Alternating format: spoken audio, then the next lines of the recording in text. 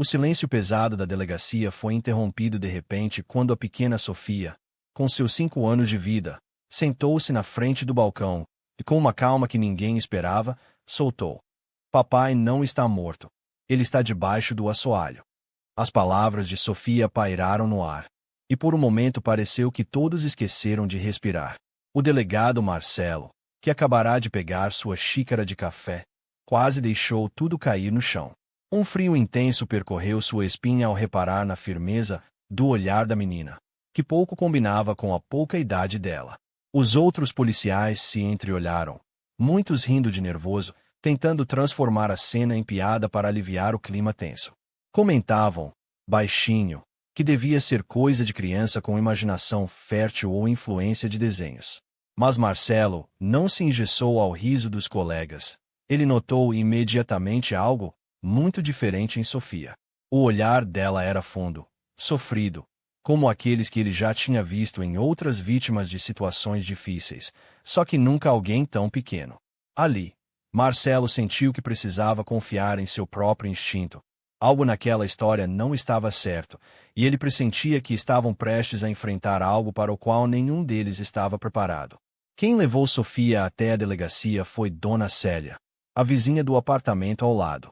Dona Célia era conhecida no prédio por seu jeito atento com todos, especialmente com as crianças. Desde que ficou sabendo do sumiço do Sr. André, pai de Sofia, ela não conseguia mais dormir tranquila. Para Dona Célia, não fazia sentido aquele homem presente e carinhoso simplesmente sumir, sem deixar uma palavra para a filha. Ela repetia para quem quisesse ouvir que André jamais abandonaria Sofia, nem por um dia, nem por uma noite. Foi por isso que ela decidiu tomar uma atitude e levou a menina até o distrito policial, insistindo em falar com o delegado Marcelo assim que chegou. Enquanto Dona Célia relatava tudo o que sabia, ficou evidente o quanto ela conhecia bem as rotinas e o temperamento de André. Em seguida, quando a esposa do desaparecido apareceu ali, a diferença com o marido ficou bem clara. Vanessa, a mãe de Sofia, entrou apenas uma vez na delegacia. Sua postura surpreendeu e incomodou. Foi distante, pouco emotiva, e falou do marido de forma tão fria que Marcelo ficou inquieto. Ele logo percebeu um certo ar arrogante, como se o desaparecimento fosse apenas um aborrecimento menor. Aquilo deixou a delegacia ainda mais silenciosa, cheia de perguntas sem resposta. No depoimento, Vanessa manteve um tom distante. Ela afirmou várias vezes que André tinha o costume de sair para viagens de trabalho em cima da hora e sem muita explicação, tentando convencer o delegado Marcelo de que aquilo não passava de mais um desses casos. Comentou, com certo desdém, que homem é assim mesmo, some quando quer, e parecia até irritada por precisar repetir a história. A facilidade e o desapego com que falava sobre o sumiço do próprio marido soaram estranhos. Marcelo, experiente nos corredores da delegacia de Copacabana, logo ficou com a pulga atrás da orelha. Mesmo sem conseguir esconder o incômodo, ele sabia que não podia agir apenas por intuição. Sem provas de algo mais grave, restava apenas a frustração de não poder avançar formalmente naquele exato momento.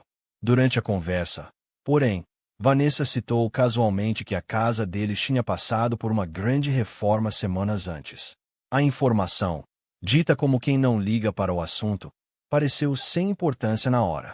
Foi só quando Marcelo saiu para tomar um café e lembrou do que Sofia dissera sobre debaixo do assoalho que algo acendeu em sua cabeça.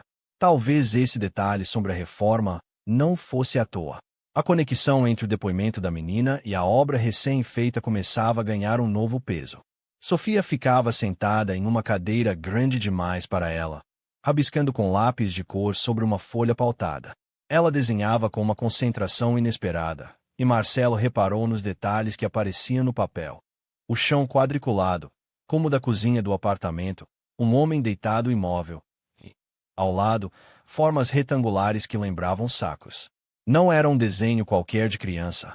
Havia uma precisão inquietante.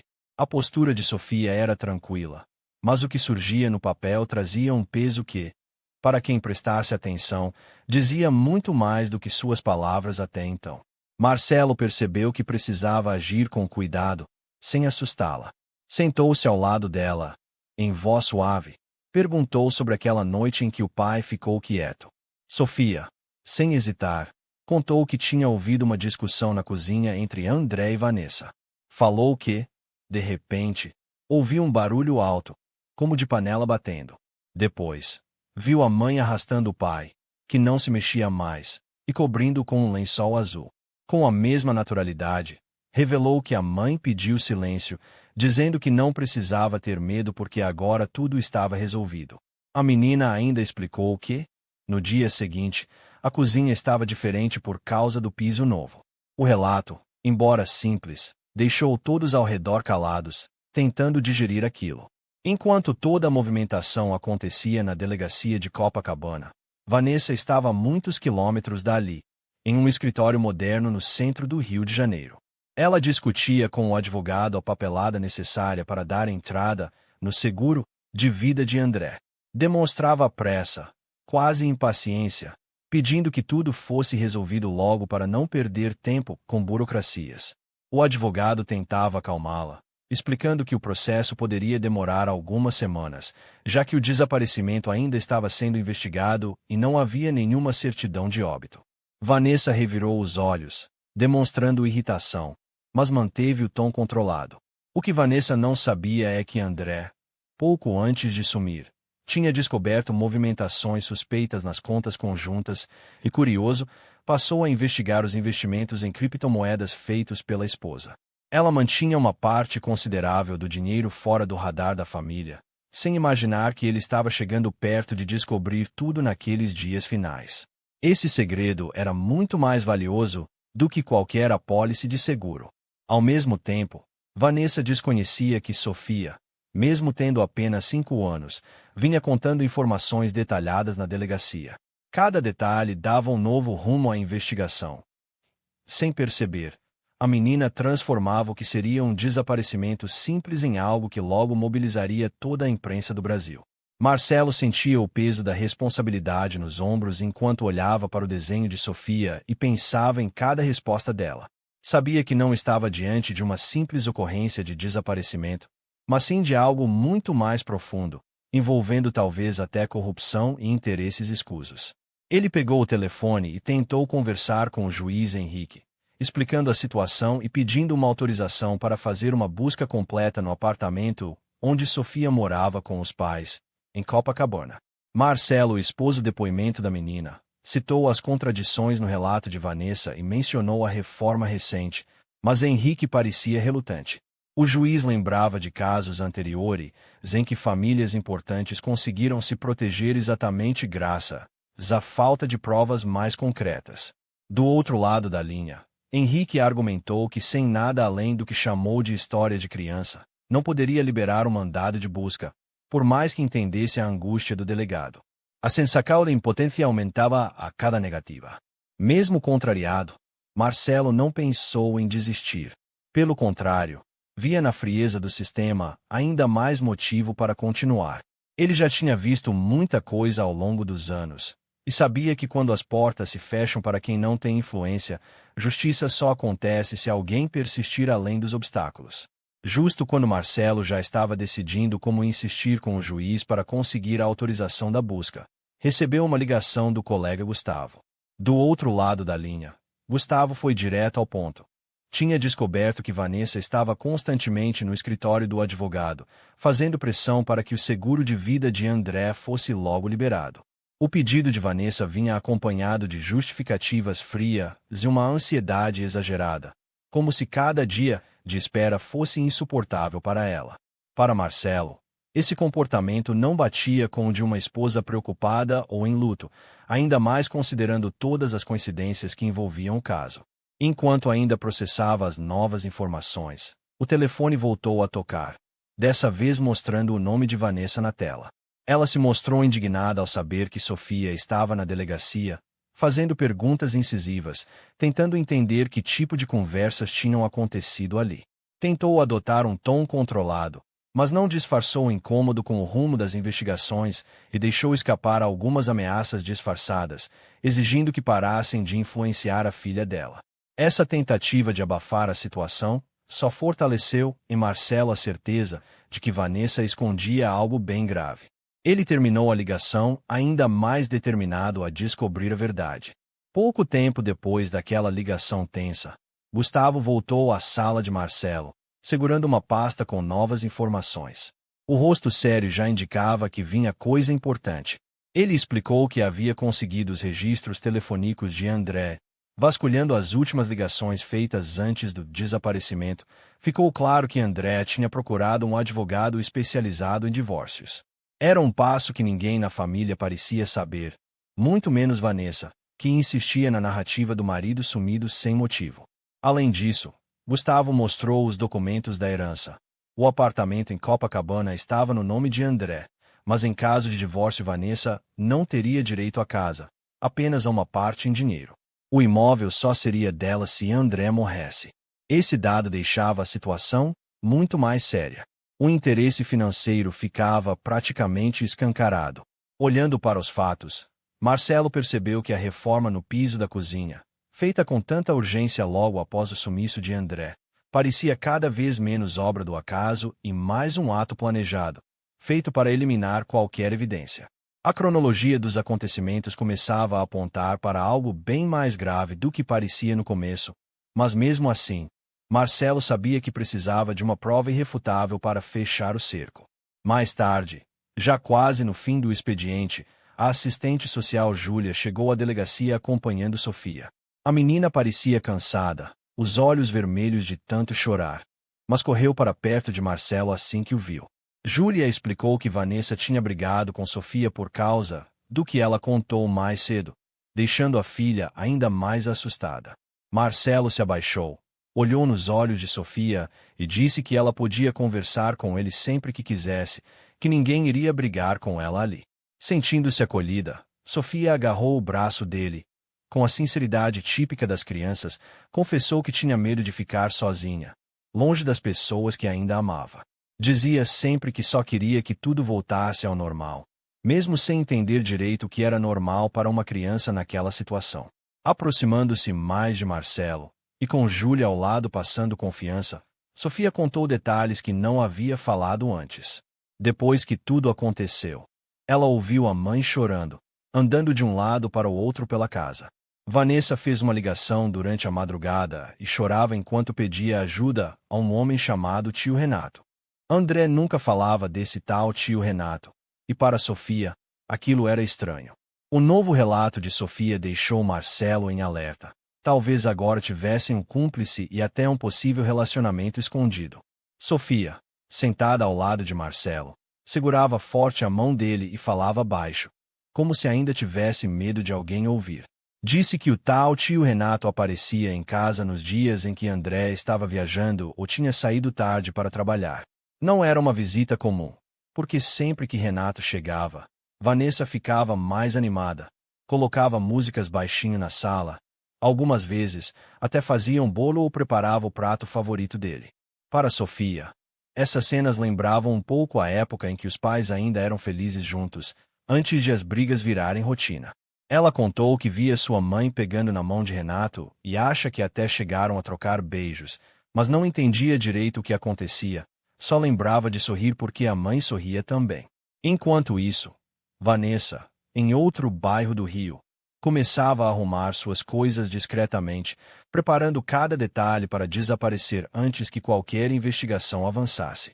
Enchia a bolsa com documentos, cartões e uma quantia em dinheiro retirada de saques pequenos feitos ao longo das últimas semanas. Mal imaginava que cada palavra dita pela própria filha na delegacia formava um quebra-cabeça quase impossível de refutar. A pureza e sinceridade das lembranças de Sofia davam à investigação um peso inesperado, desarmando qualquer defesa de Vanessa diante da verdade que surgia pouco a pouco. Marcelo já sabia que não podia vacilar, nem dar pistas de seus próximos passos, ainda mais com tanta gente poderosa envolvida e Vanessa tentando ganhar tempo. Então, chamou Gustavo para uma conversa rápida, longe dos olhares curiosos do pessoal da delegacia.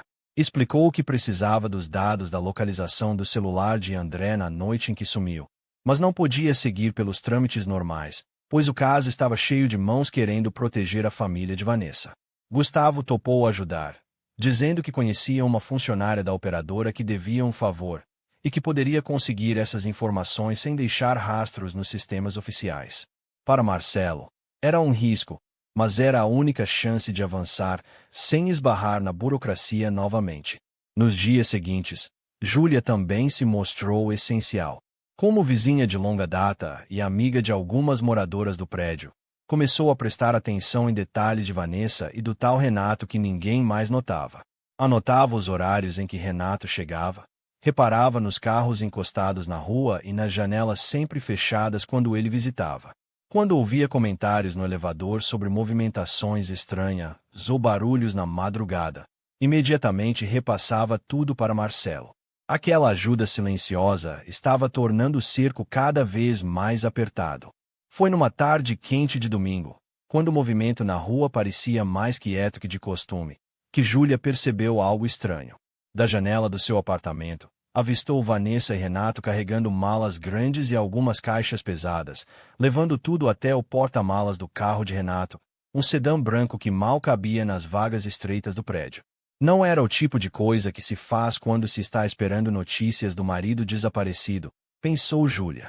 O jeito apressado e nervoso da dupla chamava ainda mais atenção, já que, normalmente, Vanessa gostava de conversar com os vizinhos e parecia sempre tranquila. Naquele dia, porém, olhava constantemente por cima do ombro e praticamente empurrava Renato para dentro do carro, como se temesse ser pega a qualquer instante.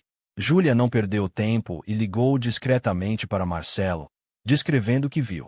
Ele reforçou que ela precisava manter distância, que não devia arriscar nada, apenas continuar com sua observação cuidadosa.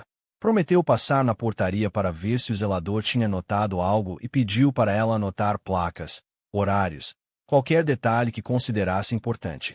Com sua experiência de anos como moradora atenta, Júlia se tornou simplesmente indispensável naquela etapa, orgulhosa de ajudar sem ser notada. No início da noite de segunda-feira, Gustavo apareceu no escritório de Marcelo com as novidades que todos esperavam ansiosamente. Veio com aquela postura discreta, de quem sabe a importância do que carrega. Ele explicou que conseguiu rastrear, através do contato na operadora, a movimentação do celular de André naquela noite misteriosa. Entre 22 horas e 3 da manhã, o aparelho ficou parado na casa, sem dar nenhum sinal de deslocamento. Era exatamente no mesmo período que Sofia tinha mencionado, reforçando o relato inocente da criança. Depois desse horário, nada mais. O celular sumiu do mapa, como se tivesse sido desligado ou destruído. Não bastasse essa informação, Gustavo trouxe ainda outra descoberta. Enquanto checava o CPF de Renato, o famoso tio Renato descobriu que ele era consultor financeiro e tinha uma empresa de criptomoedas recém-criada em nome de Vanessa. A firma tinha poucos meses, aberta pouco antes do desaparecimento de André, o que deixava tudo com um cheiro ainda mais forte de armação. Agora não havia mais dúvida de que Renato e Vanessa mantinham vínculos bem antigos, e a relação era muito mais profunda do que as simples visitas escondidas sugeriam. Com essas peças novas, Marcelo sentiu que se aproximava rapidamente de uma conclusão. Sentindo que estava cada vez mais perto de desvendar toda a trama, Marcelo percebeu que precisava amarrar o caso de um jeito que não deixasse brecha para dúvidas. Foi aí que pensou na doutora Renata, uma psicóloga infantil respeitada no Rio de Janeiro, conhecida justamente por conseguir ouvir crianças sem pressionar e dar laudos impecáveis. Marcelo entrou em contato explicando toda a delicadeza da situação e destacando como o depoimento de Sofia seria fundamental para o processo. Renata, sensível ao drama daquela família, topou rapidamente participar da avaliação e prometeu tratar Sofia com o máximo cuidado, garantindo que toda a informação extraída fosse feita com ética, sem causar traumas.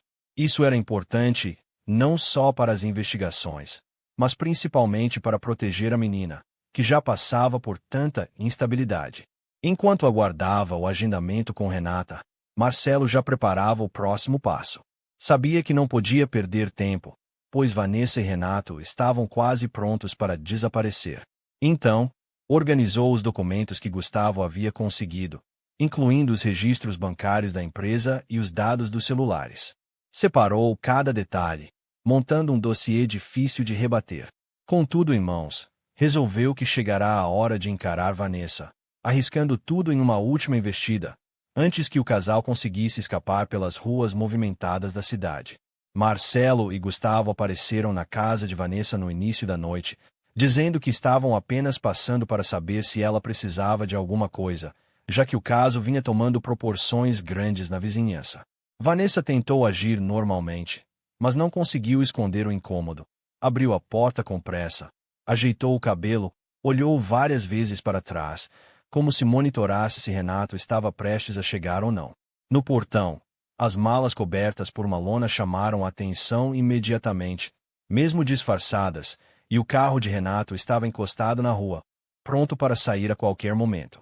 Conversaram por alguns minutos, perguntando sobre Sofia, se ela tinha dormido bem, e Vanessa respondia de forma mecânica, desviando sempre o olhar. Aproveitando uma pausa, Marcelo tirou da pasta alguns papéis e falou, numa voz baixa, mas firme, que sabia que o celular de André ficou na casa durante toda aquela noite, e que a empresa de criptomoedas que ela abriu com Renato estava no nome dela e já havia, inclusive, movimentado valores altos em reais nos últimos meses. Vanessa, ao ouvir, ficou pálida, quase deixou cair a xícara que segurava. O ambiente ficou carregado, e até Gustavo percebeu que ela estava prestes a perder a calma. Sabiam que a história dela não se sustentaria por muito tempo diante de tantas provas. Quando Renato percebeu a presença de Marcelo e Gustavo, tentou se enfiar no corredor dos fundos, provavelmente achando que poderia sair despercebido. Só que Marcelo, atento aos movimentos da casa, bateu firme na porta da cozinha, dando de cara com Renato e dizendo calmamente, "A gente já sabe de tudo. Renato, não adianta fugir agora." O consultor fique. Ou visivelmente abalado. Marcelo falou sobre o depoimento de Sofia, ressaltando que a menina tinha contado detalhes sobre aquela noite e que a vizinha Júlia também estava de olho em toda a movimentação suspeita, dos carros às caixas carregadas na calada da noite. Nessa hora, a situação escapou do controle. Renato, tremendo, começou a apontar o dedo para Vanessa, dizendo que só havia feito o que ela mandou, que nunca quis machucar ninguém. O choro veio forte e ele admitiu, entre soluços, ter ajudado a esconder o corpo de André, mas garantiu que não participou do crime em si. Vanessa, por sua vez, perdeu totalmente a pose. Gritou com Renato, chamou-o de covarde e tentou inverter a culpa, dizendo que ele sempre atrapalhava tudo. Marcelo e Gustavo apenas observavam, sabendo que, naquela altura, ambos estavam desmascarados e o teatro finalmente se desfazia naquela casa carioca diante dos olhos da justiça. No meio de todo aquele caos, Marcelo não deixou de reparar no quanto o destino tinha sido curioso com aquela família. Vanessa e Renato, que sempre se consideraram acima de qualquer suspeita e capazes de controlar as aparências, agora estavam ali, encurralados, por causa de Sofia. Para ele, era quase irônico. Dois adultos com tanto dinheiro envolvido, viagens internacionais na bagagem e conversas sofisticadas em festas de condomínio, sendo derrotados justamente pela sinceridade inocente de uma menina de apenas 7 anos, a quem eles achavam poder enganar facilmente. O desprezo de Vanessa por Sofia ficou mais evidente naquele momento, pois a mulher não conseguia aceitar o fato de ter perdido espaço até mesmo dentro da própria casa.